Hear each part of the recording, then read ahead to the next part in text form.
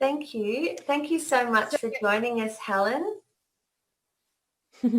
Helen and Mike were introducing from the charity Carbonate, which is also a charity that I'm involved in. We were the three founders of this, and it's all to do with transitioning farmers to regenerative agriculture. And one thing I'm very excited about having this discussion with Helen and Mike. Good morning. Hi. I'm so excited about having this conversation because we haven't actually talked about disclosure and with Australian farmers. So there's always the focus is on sort of like, you know, the states and the politics of the states and the activists. But, you know, Australia's made up of farmers. And I'm very interested today to have an open discussion with in regards to what's happening in disclosure and the farming community, specifically regenerative agriculture. Good morning, Ms. McCosker. Good morning, Kelly Jones. Good morning, Eilish. How are you this morning? Lovely to have you on. Hello, Mike. This is Mike. Good morning, Mike. Hey, how are you? Welcome to Aussie Disclosure News. It's really exciting to be on here, actually. I think it's interesting for Mike and I because we sort of live on that parallel universe of really having been in the disclosure process for so long, like since 2004. Your mic's gone. The audience, having an audience that, can you hear? Yep. Can you hear? Yes. Yeah. And also, so that parallel universe of the disclosure and knowing about it, and then our audience, which is really very conservative. So it's been a really interesting sort of journey of sort of staying grounded and knowing a whole lot of other information at the same time. Yeah. And having Kelly as one of our best friends has been an amazing journey in that. So tell me, guys, like, give us a little bit of background, where you stand with disclosure, how you sort of got there, how you ended up being fully awake disclosure truth seekers and on a farm and dealing with regenerative agriculture. Tell us a little bit about that journey. Yeah, from my perspective, I guess, as a spiritual being, I started to look at the things that we can do in lifting our vibration. And when we look at our food source and what we put into our body, obviously it's hard to lift your vibration if your physical body is that tired and sore and achy that you can barely get out of bed. So food became a very important part of my own personal journey. I had, as a farmer in my early days, I had an experience with chemical poisoning. And I started to understand that how we grow our food has a big impact on the quality of the food. And then the quality of the food that we put in our body has a big impact on our own ability to be vibrant and to be, high-spirited. So that was a seminal moment when all the lights came on for me in a lot of ways. And since that time, I've been consciously working to help educate people around the importance of food quality and educate farmers around how to grow great food. So, and within that, my own belief patterns of whether we have some sort of, intelligent design behind our universe or not became an important question, because nature is the expression of to me, nature is my church, so I get out there and I look at nature and I go, this has to be a better design than just some accidental process that happens. Like insects don't turn up in a field just accidentally. And as I learned about nature, the more I learned, the more I understood about how this works, the stronger actually my faith became that there is some intelligence behind this whole process. Because as I learned, insects tune in to the energy frequency coming from plants. And when that plant is out of balance or deficient, the insects come in to take out the food that's not fit to go further up the food chain. And I can tell you a really amazing story because we work with so many farmers around Australia and the Pacific Islands in Asia. And we started a fertilizer business, and we were really focused in on soil biology and soil health. And one of our farmers that we were working with down in Victoria, they actually had a locust plague in the area. And the thing that Mike just mentioned about frequency and about how balance is that basically insects are there to take out the lowest common denominator, right?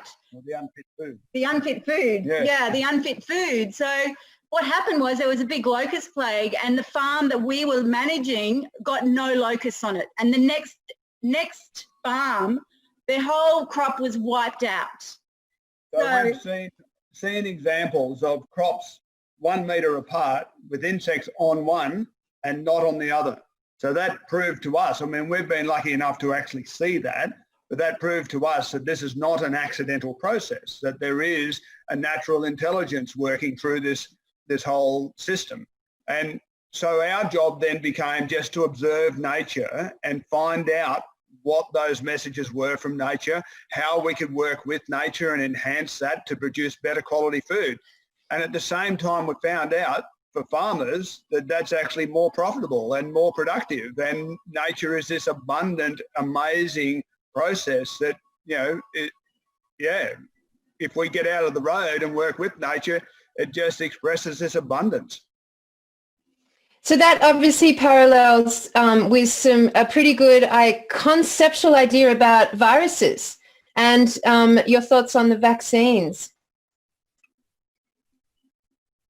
Okay, this obviously gets into areas. This is a balance for us between staying really grounded and understanding this higher natural intelligence.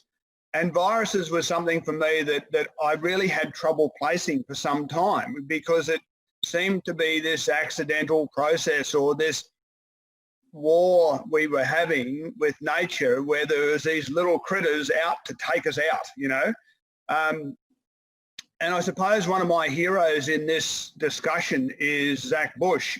And he was the one that was able to describe to me that if it wasn't, this intelligence is held at a cellular level. And so our higher beings are built on a pyramid base of viruses, the virome, bacteria, fungi. Zach says there's 10 to the 31 viruses. 10, that's a 1 with 31 zeros, viruses out there in the environment. And again, it's like insects. It's not accidental. It's actually nature's way of sharing DNA material around through creation. And then creation can take that material in and upgrade its DNA. And in fact, the human DNA gene is built on contribution from viruses and retroviruses over the years. And it's a natural process for us to come in contact with these viruses, for our DNA expression then to look at that material and go, okay, no, I can see we're dealing with this in the environment, time to clean the body, and the body cleanses. Or it can look at that virus and go, well, that's something new, haven't seen that before. Maybe we should take a snippet of that, put it into our DNA and activate that process through creation. So it's not something to be frightened of. Obviously, if you're unwell and come in contact with that sort of thing, it can really challenge our physical bodies to the point that some people die of it, and that's a concern. Obviously, any harm to people that we love is very, very difficult to deal with. And so how do we naturally deal with that? Well, we've got to build our own natural immune systems. We've got to let this, a coronavirus is the same family as the common cold. And the common cold seems to happen, a couple of times a year. So a couple of times a year, we're getting this viral upgrade, we're getting our software is going through this upgrade so that we're able to deal with whatever it is in the environment that we come in contact with. Now, what's interesting with that is that when our environment is dirty, our own body has a lot more challenge and we have a lot more pushback from life in general.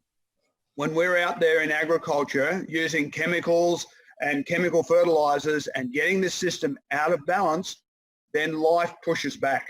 And that's why we seem to be dealing with more of these viruses lately than we have previously.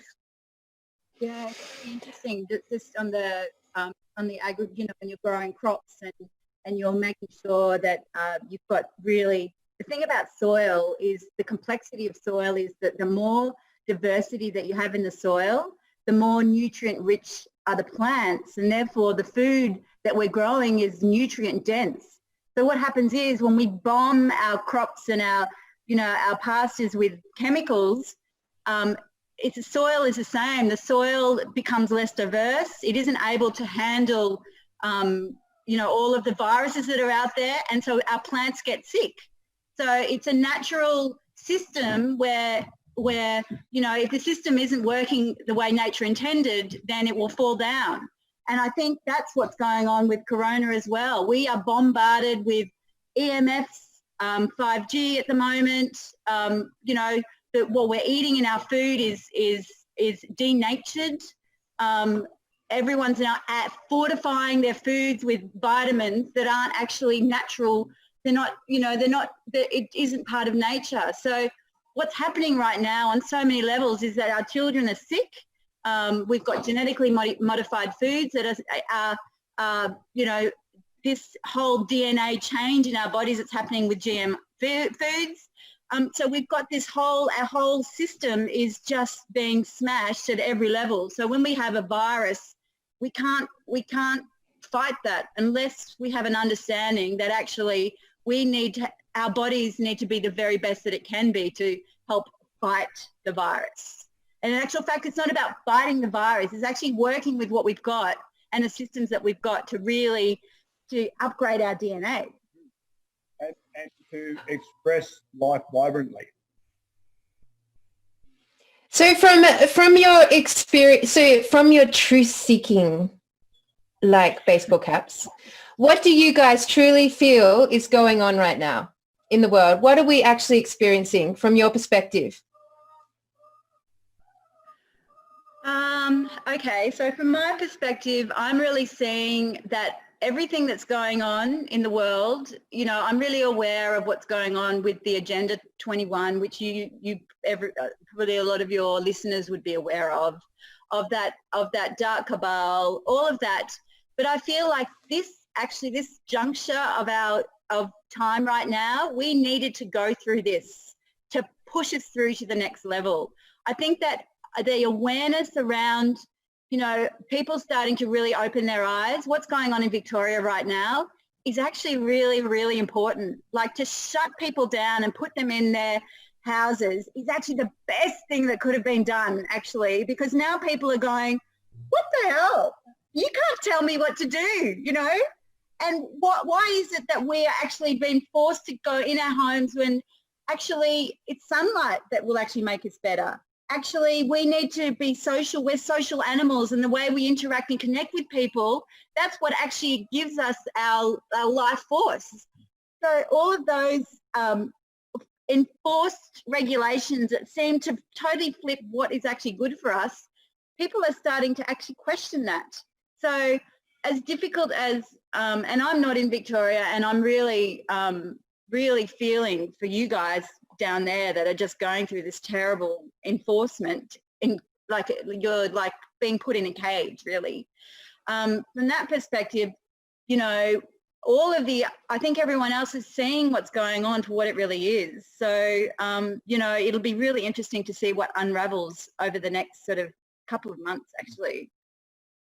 I see that what we're going through in this awakening, in this disclosure, is actually a very personal process as well as this external community process. And it's us becoming aware to some extent of what we've outsourced. If we think of our relationship in religion, and this religion is set up in the world as this external God. And so now we're looking at all of the things that we've externalized the responsibility for. And we've externalized responsibility to our government. We've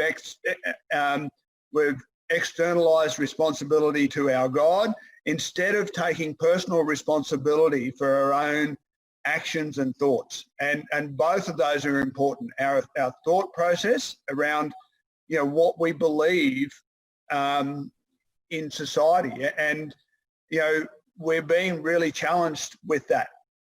And the challenge is really our choice to live in a space of fear or to live in a space of awareness and love. And so we're now being asked to become aware, look deeper into these things. Don't externalize it and think that the government will deal with it, or the World Health Organization will deal with it, or my God will deal with it. We actually have to take our own personal responsibility and do our research and find out what's going on, and then decide, are we going to allow that or not? Are we going, you know, is that how I want to express my personally and my society? Is that okay with me? And a lot of what's going on at the moment, I think people are going, no, hold on, this is not okay. You know, we want a different expression for us personally, but also for society and how we live together and how we express our love of each other and our communion together and our social structure overall.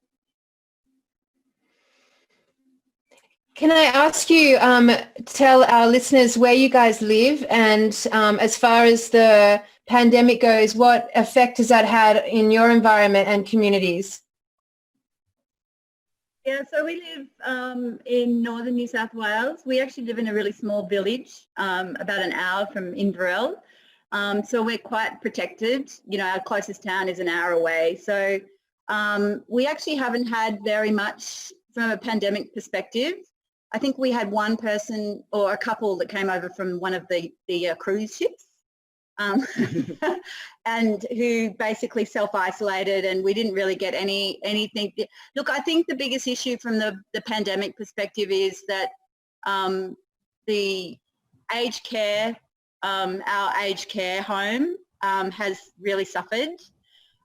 Basically, everyone's in lockdown at the aged care centre. Anyone that works there was forced to have a flu vaccine, and if they didn't, they were basically sacked. So that was really, for that to be in our little community was pretty shocking.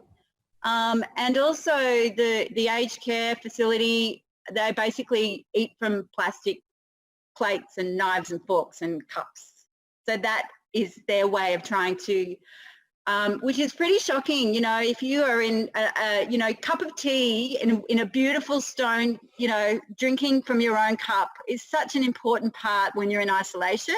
And it's like every single little thing that had to be taken away, and having a cup of tea is one of them. So, you know, that was pretty, for me, when I found that out, that was really difficult process. But look, I think it's interesting. We haven't really had too many big issues. I can see that there's going to be in schools right now. I had an email from our school saying that basically if any of the children had a symptom of a flu, that basically they had to come home and they had to have a COVID test. So that's a really interesting from the pandemic perspective, and I think that that's going to start unfolding, and then that whole, you know, the vaccination for flu vaccines, whether that will be compulsory. I'm seeing in Ireland now that basically they're saying that they're putting in the compulsory mandatory flu vaccine. So yeah, it's interesting how it seems to ebb and flow across our but that's probably our area. Yeah, life on the farm hasn't really changed that much, but life in town has And one of the things, again, coming back to this choice around living in fear or not, is that the whole process seems to have put this level of fear into people that, there's this unseen part of nature that, we need to be frightened of. And in fact, that's not the case at all. It's a natural part of our world, and it's a natural part of our expression as a human to come in contact with viruses and bacteria and fungi. And in fact, our life is built on this magnificent expression of life. So we can find a way to understand how our system maintains itself. What vitamins can we take to lift our natural ability to deal with this sort of stuff? The research that we've been reading saying that vitamin D is really important. Half an hour at least in the sun every day. Zinc is really important in any of the treatments that are coming through for the coronavirus. When zinc's included in that treatment, recovery time is so much quicker, and the risk of actually getting sick when coming in contact with the virus is reduced quite dramatically. So I've been spending my time, sort of reading whatever research I can to find out how to support my natural immune system. How to eat clean food and what vitamins to add to have my immune system as strong as possible. If we were doing that, then we wouldn't need to close society down anyway, because we'd all be reasonably healthy. And they talk about asymptomatic, that's not showing any symptoms. So you've come in contact with it, you've had nothing, no cold, no symptoms, no nothing, but your body now knows it and it's got an immune system response to it. I'd really like to bring, Kelly, you were just asking about our situation here. We've actually been through the worst drought over the last 2 years, and it's been a really tough, actually it's been soul destroying for all of our communities across Australia. I think it's been a really big learning for me to understand, really connecting with nature and working out, the fires that came through and how devastating that was to so many communities, and how the fires were like a cleansing process. The fires came through to actually really focus in on what is it that we're doing right now in our through our communities and our landscape that needed to be cleared. And I think that the way that as farmers, the way we manage our landscapes, the way that we've basically, had no ground cover, how we've basically denatured our soils, has had a huge effect. Like as farmers, and it's not that farmers should be blamed, but at one level, when farmers understand the process of nature, it's actually no longer a reason for farmers to say it's not my fault, because we actually have a big part to play in all of what's going on. I think, From my perspective, the elephant in the room when we talk about climate change is the impact that farmers have had in creating that change. If we look at the carbon in the atmosphere, there's a number of research papers that say that farmers could be responsible for anything up to 80% of that carbon. That's come out of our soils as we've managed them and gone into the atmosphere. So, our response to that is, well, let's get it back in the soil. And regenerative agriculture really does that, and does that quite strongly. And nature, Carbonate is the charity that we have that helps farmers understand regenerative agriculture. And one of the sayings we have is, take heart, for nature's ability to restore has been vastly underestimated. And that is so true. When we see small changes and big responses in the natural ecosystem, we can repair the planet reasonably quickly if we take the toxicity out of it and we come back to natural systems. and nature will just respond and flourish. And getting that carbon back in the soil does so many things. It improves our water cycle, so droughts are not as big a problem. It cools the landscape, so fires are not as big a problem. It allows water infiltration, which means floods are not as big a problem. So there's so many benefits for farmers and for society generally for us to pick up regenerative agriculture as a core theme to agriculture generally and repairing the planet, our response to climate change.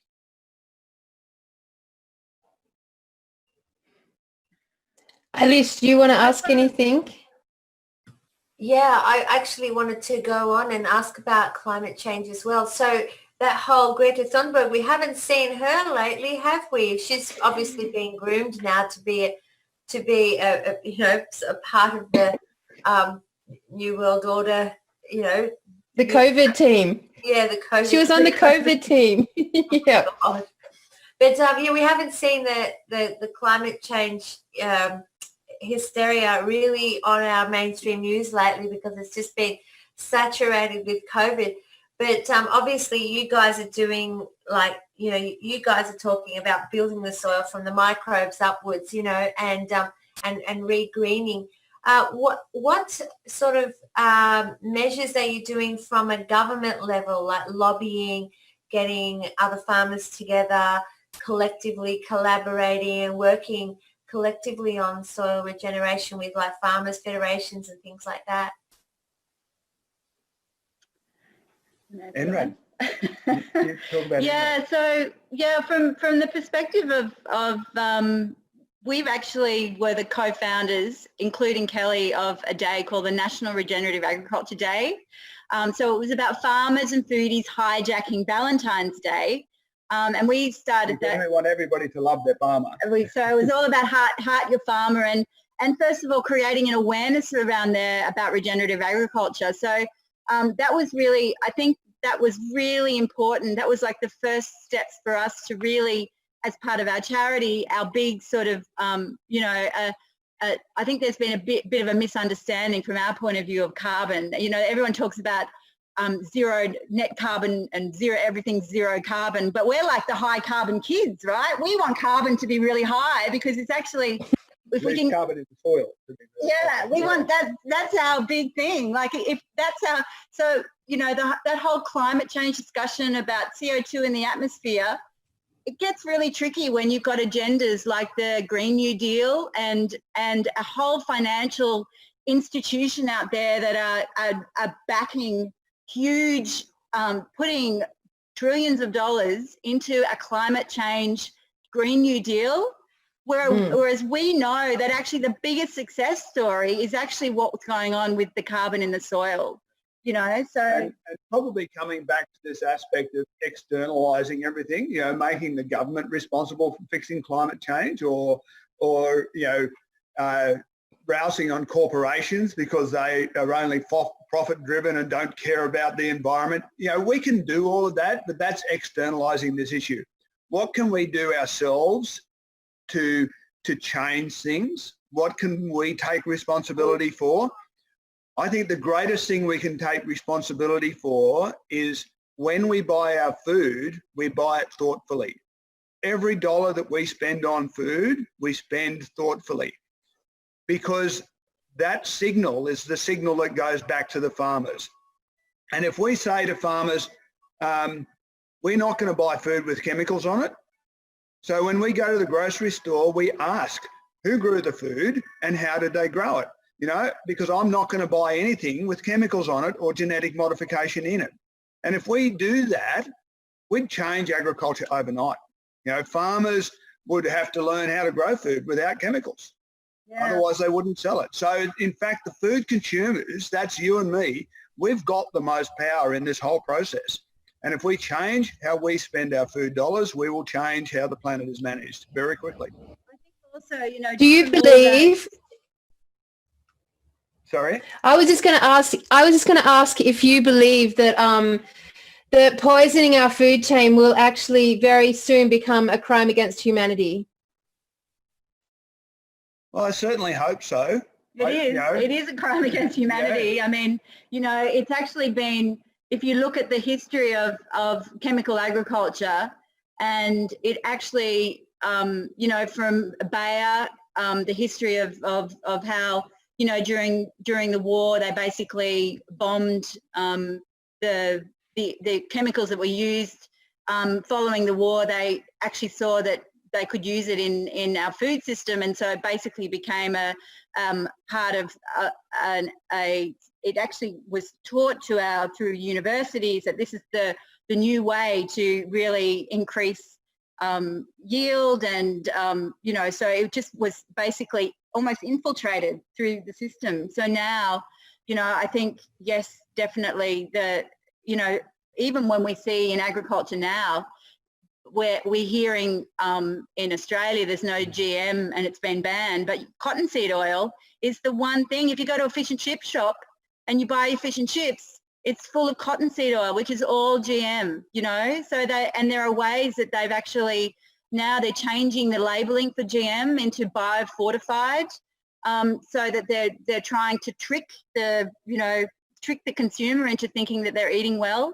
The other aspect of genetically modified is that it's like seeds that can't be, farmers in third world countries can't actually, they're called seeds that are a terminated gene, so that you can't actually once a plant produces a seed, you can't use those seeds again to create the next crop.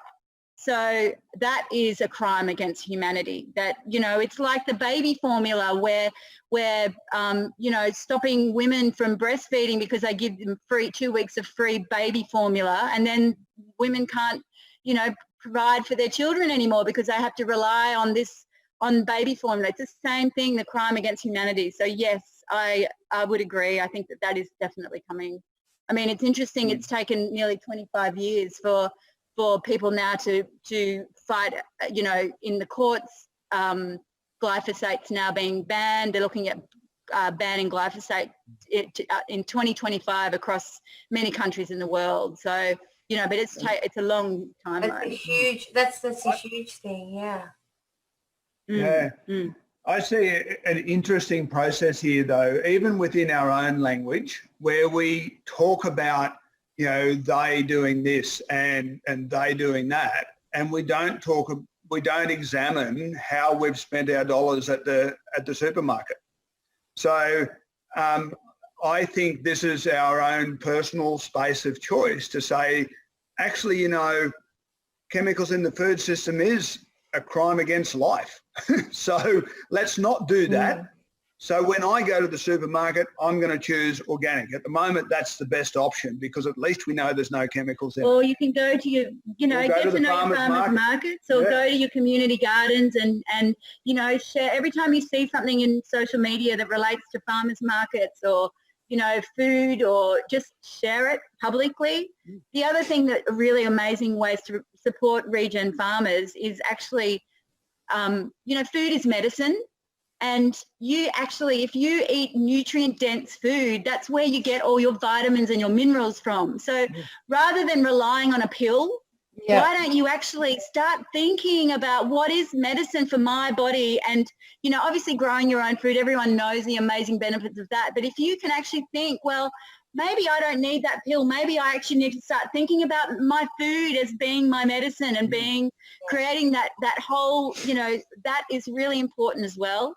And I think the other thing too is that, there's really fantastic documentary films out there right now. I think there's a wonderful permaculture movie called Inhabit that's online right now. It's wonderful. It's got, I don't know how many permaculture people there are out there, but, that's a wonderful story. Kiss the Ground's got another one. There's some really great documentary films out there. So one of the things that we're planning to with Carbonate in October is put together a movie Saturday night at the movies for the month to share all of the amazing regen ag documentary films that are out there. So that's something that we're planning to do in our charity. Oh, awesome. And how is, in regards to, we were mentioning fires before, We had like 20% of Australia burn back in January. How has the whole burnt affected areas that you're in touch with? How has the recovery been? How has the regrowth and the rebuild and the rehousing and also the wildlife regeneration, how's that all been going, Helen? Because I can't travel. I usually do the January drive up the east coast of Australia, but obviously we were on fire then, so I didn't go. I usually go to northern New South Wales actually, but this year obviously I didn't. So how's it going there? How's the regrowth and regeneration going? The rebuild? Well, there's a couple of different aspects around this. In our area, it was really quite amazing to see the regeneration. You know, we were really lucky because we had some really slow rain events that happened that came, and like we got some deep rehydrate. Yeah, and we've actually just noticed just in the last 2 months that the trees that we thought had died are actually just there's a profusion of leaves coming from the trees, so which is really incredible. Like that whole thing of take heart for the Earth's ability to regenerate has been vastly underestimated. It's so true when you see, when I was, you know, going through the drought and seeing the devastation of dead trees around you is so soul destroying.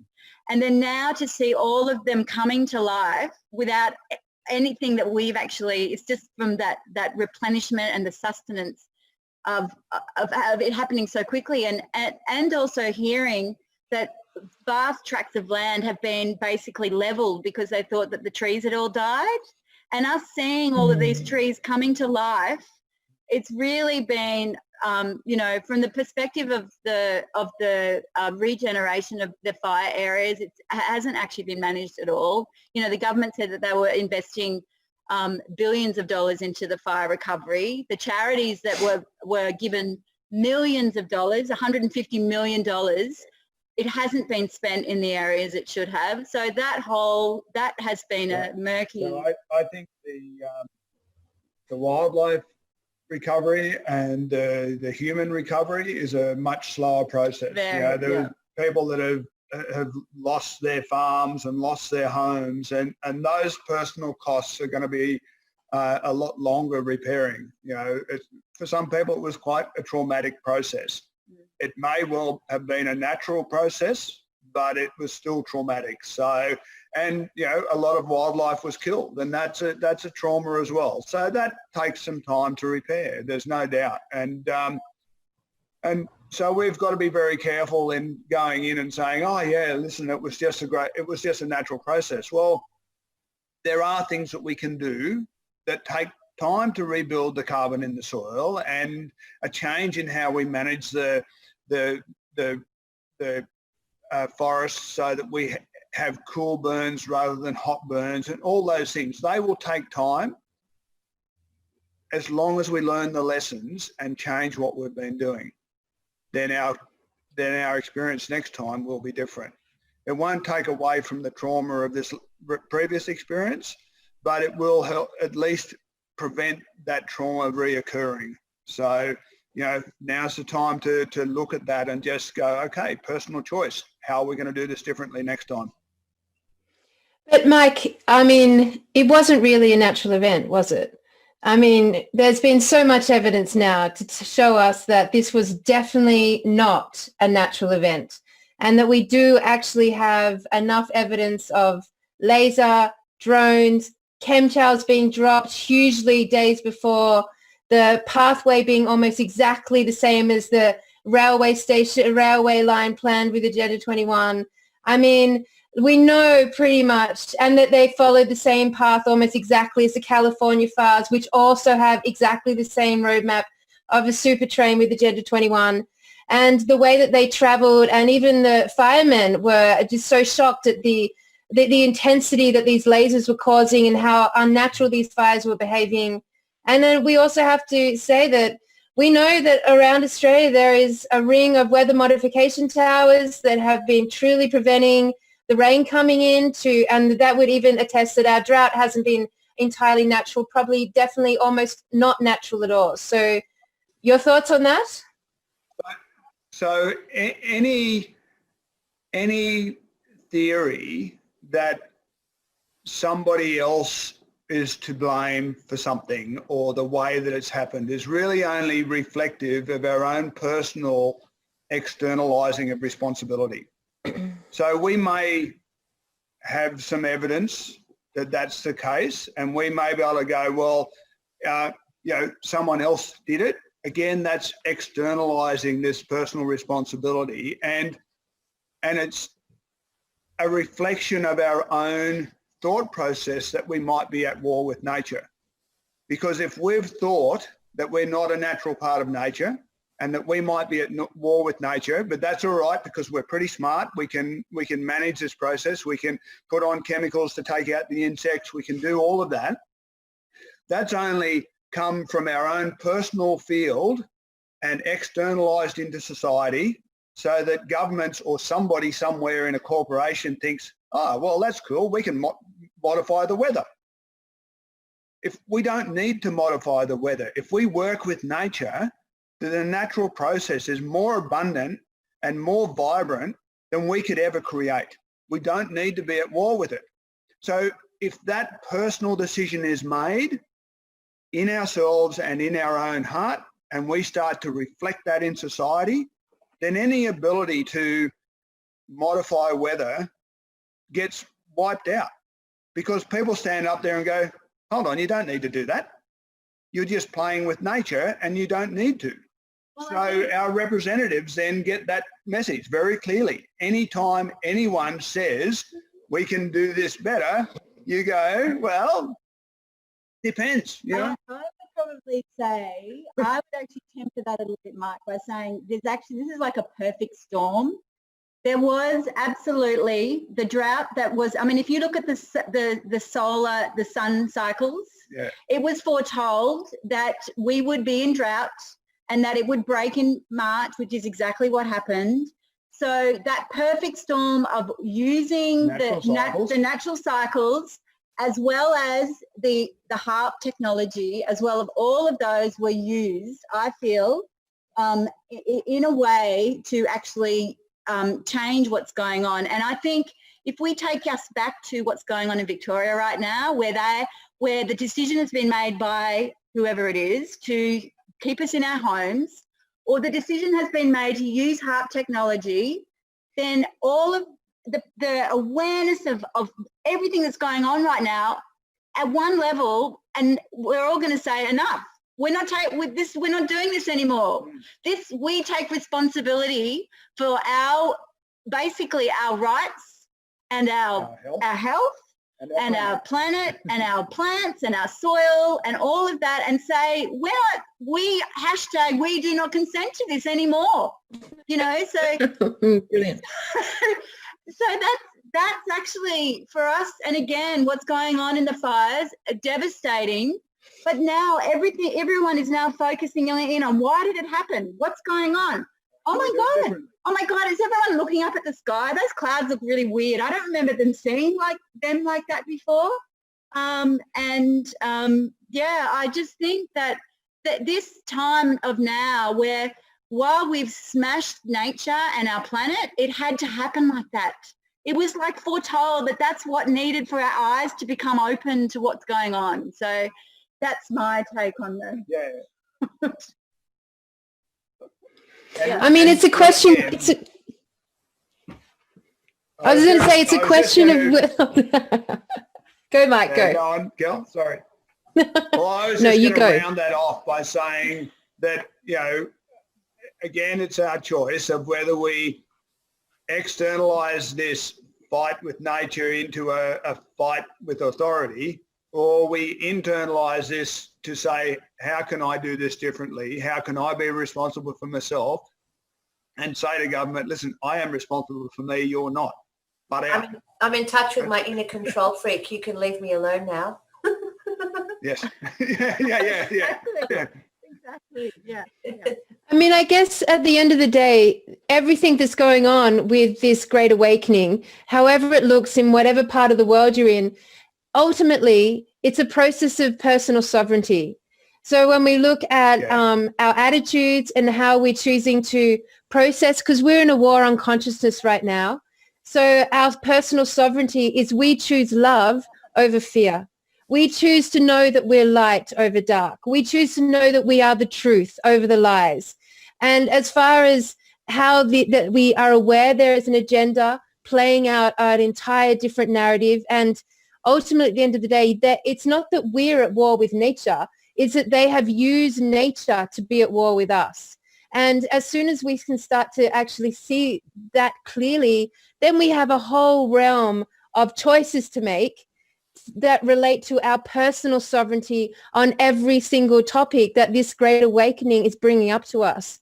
I mean, no matter where you are in the world now, specifically here in Victoria, everyone now has to choose how they're choosing to think and feel and look and know about what's going on. And so exactly what you're talking about in regards to healing the heart of our food chain, regenerating our soil, taking back our knowledge of the weather and working in relationship to that, that's just another journey on personal sovereignty. Exactly. Yeah. Yeah. Exactly. Yeah. Regenerating our own hearts. Yeah. And tell us about, like, in terms of the nutrient-rich foods that can be generated once we regenerate soil, in regards to that example you gave me the other day, Kelly, as well, where we've got like a carrot from, say, Woolworths and a carrot from, a farmer's market. In the research that's been done to understand what the power of nature is, carrots were studied, and there was a 20,000% difference between the worst carrot tested and the best carrot tested. So if you said the best carrot was at 100 and the worst was down at 0, most of what was sitting on the supermarket shelves was sitting between 6 and 16. So most of what we're eating is just tremendously bad from a nutrient perspective. And if we get the nutrients in the carrot, if we get every carrot up at 100, we need 1/5 the area, because we only need 1/5 the amount of food to get the same nutrients out of our food. This is how powerful this is. We could feed 5 times the people that we've got on this planet if we had all our carrots sitting up at 100. Or we could do it, or we could feed the same amount of people we've got with 1/5 the area that we're currently using. So from the point of view of nature's abundance, we've vastly underestimated what's going on. We don't need less people. We need better quality food. Yeah. Yeah, I know, it is so exciting with regenerative agriculture on that level. Like, can I just share with everyone? Yeah. Yeah, I'd like to share with everyone about this idea of carbon in the soil. So when you get carbon in the soil, that just shows when you've got all that diversity and all the bugs in the soil, it actually starts talking to the plant, and the plant starts pulling all of the minerals and the vitamins that are in the soil into the plant. Okay, so if you think that back in the early 1800s, the carbon levels in Australian soils are around 18% on average. Now, on average, they're down to less than 1%. Less than 1%. So basically that means that all the food that we're growing right now in our crops, they don't have any, that level of carbon is like the key performance indicator of everything, of the nutrition in our food. It's indicating to us that there's no natural resilience left in this system. Yeah. We've pushed it right to the limit. Yeah, so I think it's really exciting for us to be like the high carbon kids. That's why we say that, if we can get our carbon levels, if we can get and carbon is like life, carbon. This is what's so interesting in the mainstream of getting that net zero carbon emissions. What does that actually mean from a, let's get our carbon down to zero? We're a carbon-based life form. If we've got zero carbon happening, then we've got zero life happening. And what fake messaging is that? We need to change how it's currently cycling. Yeah. Instead of taking it out of the soil and putting it in the atmosphere, let's take it out of the atmosphere and put it in the soil. Yeah, so I'd like everyone to start thinking themselves as the high carbon kids, because we're life and carbon is life. So, yeah. Yeah, I mean that is the complicated lies that exist within the climate change debate, isn't it? It's that one issue that they've taken this concept of carbon and turned it into the star of climate change, but from the completely opposite perspective of how it should be used and understood.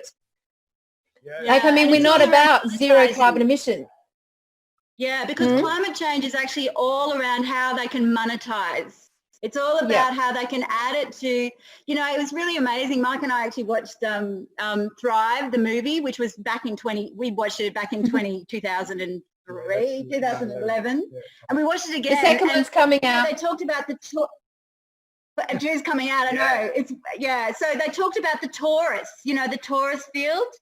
And basically that the monetary financial system right now, what happens within, and everyone probably understands that you can imagine what the tourist looks like, and they had this picture of a snake right in the middle of it, and that was the monetary system. So this monetization of climate is an ongoing of getting the tourists and smashing that energetic footprint. So I'm going to have to apologise, guys. We have a running farm and I've got things going on, so I'm going to have to say goodbye. I'll see you later, guys. See you, Mike. Thank you so much. Thank you so much. Mike, thank you. Thank you for staying, Helen. We're really in this situation now where our depleted soil and our broken food chain and our broken weather patterns, they're indicative of everything across the board. Like, we're at that level on every topic right now.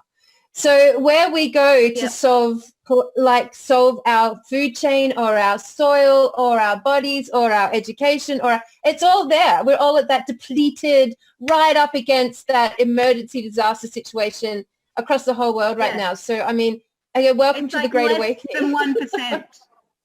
Yeah, it's like we're less than 1. And the potential of that is like, it's like the carrots, isn't it? It's like the nutrition in the carrots, where like you go to the supermarket and it's like nothing, but we can be like 20,000% carrots, right? And oh my God, so maybe Sorry, I was just going to say water absorbency increases with more carbon in the soil too, isn't that right? Yes. Yeah, that's exactly right. So actually, when we were doing the last National Regen Ag Day, Kelly is our amazing, I think, can I just come to one little point about messaging and communities that I would like to, one of the really amazing things in our regional community is that, you know, you can give someone a message, but when you add art and music and joy into the message, it transforms the connection. So when we sort of give a message, we actually thought, what is the best way of showing what carbon is? So we sat down and we, on a pen and piece of paper, and went, okay, if we can imagine a swimming pool and carbon was at 1%, how much water would a swimming pool hold if you had 1% carbon? So it was like, well, actually, so we actually calculated that a quarter of a swimming pool, it would hold a quarter of a swimming pool. When you get your carbon levels up to 5%, you actually hold 1 3/4 swimming pools of water. So how much land again? How much, what are we talking about there, hectare wise? Like, yes. So Kelly, did you want to share that with everyone? Yeah, well, so it's basically like we've got a rainfall event, and if you've got 1% carbon on 1 hectare of soil, the soil retain a quarter of a swimming pool. If the same rainfall event at 5% carbon, the soil will hold a swimming pool and a half. wow. So that's a big jump in how much it will hold. If you get it to 8% carbon, which is what we strive to get our farmers to when they're transitioning to regen ag, at 8%, the same rainfall event, the soil will hold 3 swimming pools plus some. So with the same rainfall event at 1%, you've got a quarter of a swimming pool. At 8%, you've got 3 mega swimming pools, same rainfall, same hectare of soil. And in doing that, we basically solve drought one farm at a time. It's amazing. So I mean, especially imagine, I mean, Australia is known for its droughts. Like, we're famous for droughts. It's this accepted part of our culture. Does not have to be like that. We know how to end it. Yeah, so I think if you can imagine it at where your carbon rates are really low, you've got no ground cover, and it's just like a cement where the water hits and just splashes away. So and creates, whereas when you've got high, where you've got carbon that's rich and you've got lots of ground cover, that's where you can really, and then with that, if you think about water runoff, so at the moment when you've got low levels of carbon in the soil, everything runs off, it streams down, you get soil erosion, the water runs really quickly. Whereas if you have high levels of carbon, the water that runs off is filtered. The water that goes into our natural water systems are filtered and pure and slow. So they have this thing called slow the flow. You know, Peter Andrews talks about slow the flow of the water so that we can actually bring the water into the landscape and bring it into our river system that's been filtered and full of energy. So this is, if you can imagine, you know, in biodynamics, you use water to as a flow system and an energy system. That's one of the really important things of getting high carbon levels in the soil. It's quite amazing, if I'm to draw a metaphor, if we think of the carrot. So here we stand, most of us at the no nutrient levels in the carrot. Let's imagine that's the human being right now. We're like walking around with low nutrients in our being, and we can't retain information, and we can't let, new ideas filter through us because they just wash off us like cement. But through this process and going through this great awakening and facing our own sovereignty and disclosure, we become the carrot. It's 20,000% full of high nutritional density and all the ideas. So our intellect is able to be, like we can hold new information and open our eyes and see through this paradigm and thrive and reflect health and beauty and a renaissance of human being. Essentially, this is a move to the human renaissance era. The 1% carrot to the 20,000% carrot, high nutritional human being. And I feel like that is the future of where the Great Awakening is going to take us. If that is the vegetable, it's the vegetable disclosure. It's vegetable disclosure. Yes, it is. So I mean, it's true. If nature can show us that it's got a 20,000% difference in one carrot from another, depending on the health of the soil, the health of the community that's looking after it, the nutrition level, all of those variables. If nature reflects that to us, then surely we are that as human beings as well. That we will end up being 20,000% high nutritional, amazing, dense carrots walking around on planet Earth, just popping around in such high vitality and thriving. And I mean, really, I feel like that's the future we have to look forward to. I certainly know that, I'm moving towards that. I know you both are. So that's what's happening. We're becoming high density carrots. Yep. I'm building a green high carbon kick in my little part of the city, So, anything we can. And support your local farmers market, guys, because, once when, getting back to the farmers, getting back to the land is back to our health. And we need to regenerate ourselves, as well as the soil. And Helen, in regards to China and how much they've bought in terms of Australian land and Australian water, do you want to talk a bit about that? Great question. I didn't want to end on a negative note, because China has, the CCP and the influence they've had in Victoria and across all in this whole space. The AI technology, which is really disturbing. The use of the cameras and all of that is concerning. In terms of the basically, we've sold off our water to levels that I don't think anyone realises how terrible that this whole water buyback scheme is. We've basically got multinational corporations based in Sweden and in Canada buying our water as an investment for teachers' superannuation funds on a really huge scale. And it's really concerning from that perspective. And also the other thing is that and it's actually just not China, it's a global issue, but we, even in our local area, we've had 5 large properties being bought by Chinese consortiums. And what happens when, you know, the family farm system or the family farm model is now being taken over by the big multinational corporations. And you're seeing this across America, you're seeing it in Australia. And it basically takes away that whole decision-making process where communities and families make decisions about the health of their communities. Whereas if big corporates come in, they are the decision makers of making, of you know, focusing on the big ag, focusing on those big, you know, the big corporatized systems. And it's a system that it's like the snake in the middle of a torus. It just is, you know, bringing the torus to. So, you know, how we can, I think this is the part about regenerative agriculture that's really amazing, because I think as a regenerative farmer and everyone starting to focus in on their food, it changes that whole, you know, saying, I don't want your big ag food. And that means then that the big ag companies and the big companies that buy land and do that big ag process will get the signal that they need to change themselves. So this is actually a really, Eilish, this is really a big thing. You know, us as consumers do have a real choice in changing the whole fabric of what's going on here. So how much of our water do you think's owned, and like since the drought, Helen, how many farms got bought by China, and how much of our water is owned by foreign nationals?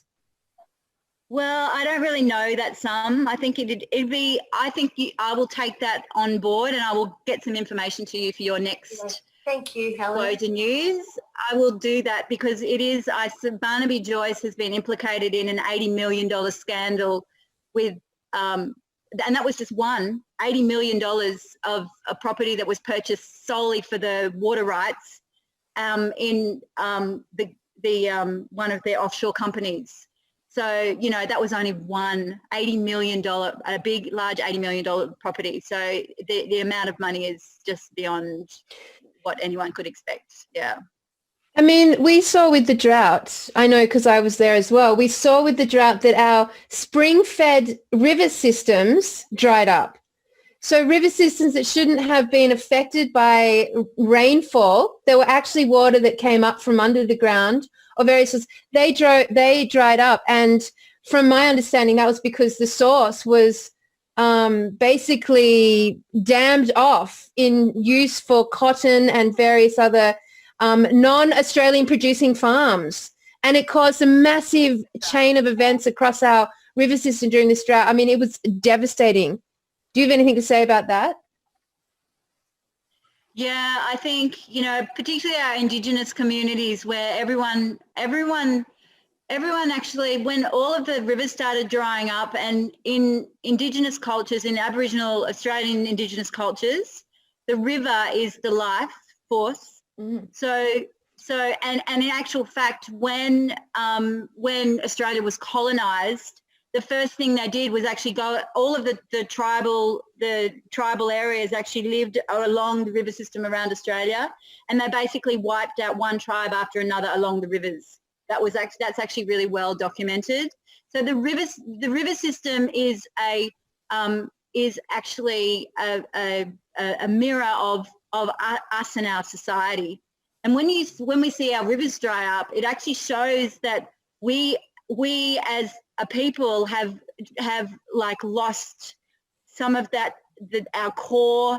You know, water is life, and our life has been what's the word, sucked from us. You know, our life force has been sucked. So the river system actually in Indigenous, and everyone has gone and said, oh my gosh, what, you know, they've asked the Indigenous Australians, what can we do? And they've actually come back and said, this is your fault. How dare you come and ask us to solve your problems, you know? So the whole discussion around, you know, this is the other thing about social media and the power of social media. Whenever you see something about an Indigenous group fighting for the rights of the waterways and fracking, you go and you support that and you share it, because what's going on in Adani right now, the Indigenous communities have come in and locked the gates.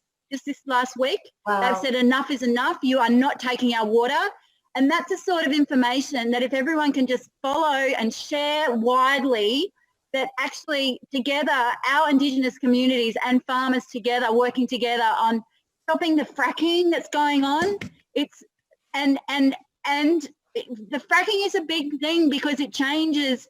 And again, the 5G, this is really interesting. I work with an Indigenous community on the discussion around 5G, and the 5G frequency actually affects, so bats are like bees in the Indigenous. Bats are the ones that come in at night time, and they're really, really important. And what the Indigenous community that I was talking to down near Byron Bay is that the bat is a very sacred animal, and the 5G frequency was actually put in Mullumbimby because there were bats everywhere. That was basically put there because of the bat colonies, and the bats are really, really important. So from an Indigenous perspective and all of the Dreamtime stories, I think if everyone started to actually explore the Dreamtime stories and the meaning behind those, because all of our animals and the river systems are all part of the Dreamtime, and those connections and us understanding that helps us open our eyes to what we're actually losing right now. So the river system and because the Indigenous have their history, they actually seem to be having a lot more ability to share their stories because of their history. It's fine for us white colonized people to share a story, but it seems like if we can support the Indigenous communities to tell their stories about why this cannot happen, it is actually so important. I feel it's really, really important right now. So are you saying that the 5G killed the bats, just to clarify that? Yeah, so the 5G frequency actually affects our wildlife. It affects, they've actually decimated bee populations because of the frequency levels. So I've gone through a whole, gone down a rabbit hole on 5G, and I've done a lot of, I've learned a lot about 5G, and it is actually a technology that is basically the way that the technology works is you can actually increase the band of the frequency and stop. If there's a protest, you can actually get that energy so high that will actually create, it's being used as a method of crowd control. Crowd control, yeah. So and 5G from the perspective of human health. And if you know about frequency and frequency levels, then it's really easy to just do a slight manipulation of a frequency band to change it to a positive frequency to a negative frequency. It's really easy. And 5G technology is one of those things that actually is really will not serve us in any way. I think I've also heard that I think Trump is looking to bring technology to keep the infrastructure there, but replace it with a positive technology. So I think I've heard something like that in the wings as well. Yeah. Yeah.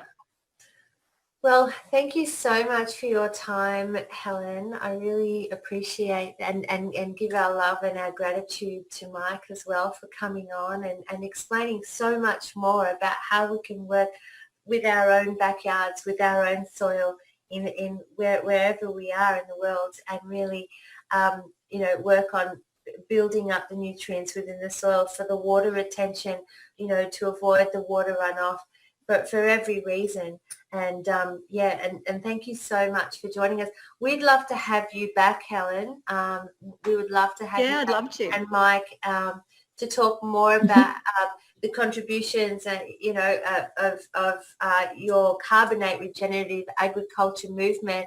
And thank you so much, Kelly, as well for for bringing this out into the conversation. Yeah, I mean, I think this is actually one of the first conversations that we've bridged disclosure with regenerative agriculture. So I feel like they're a beautiful partnership to have a truth-seeking movement that understands personal sovereignty and how regeneration in all ways is absolutely the foundation of the disclosure movement. When the Great Awakening is regenerative, that's what we're doing. That's what its whole point is, the regenerative version of the new earth. So, I mean, really wonderful to bridge farmers and disclosure and truth seeking and regeneration and carrots and the Great Awakening. It all makes so much sense to me. So thank you so much, my wonderful charity co-founder, Miss Helen McCosker. It's been a really fun conversation today. And we'd love to have you back sometime with you and Mike, because I really love talking to conscious farmers. You know, this is the Conscious Growers Network, you know. So, yeah, thank you so much. Yeah, thank you both. I've had a ball. I'd love to come back again. We can talk on many topics. Yeah, great. Thank you, everybody. We'll be back next Tuesday at 8 a.m. Melbourne time for another edition of Aussie Disclosure News. We'll have some beautiful guests, some really awakened conscious guests that are making a difference in the world. So thank you, everybody, for joining us. Really appreciate your time and investment in this. And we're in it together. remember, where we go everyone. one, we go all. Hey? Yes, where we go one, we go all. And just remember on the last statement for your next week that you are love, you are light, and you are truth, and nothing can move you from that perspective. You remember that, and you will hold very steady and central during this crazy time on planet Earth. And just know that we've got this. We're all in this together. They say that in the mainstream, but we know what that means. You know what I mean? So thank you so much. Know. Everyone. Yeah. Thank you, everyone. Have a wonderful week. Thank you. Bye. Bye. Bye.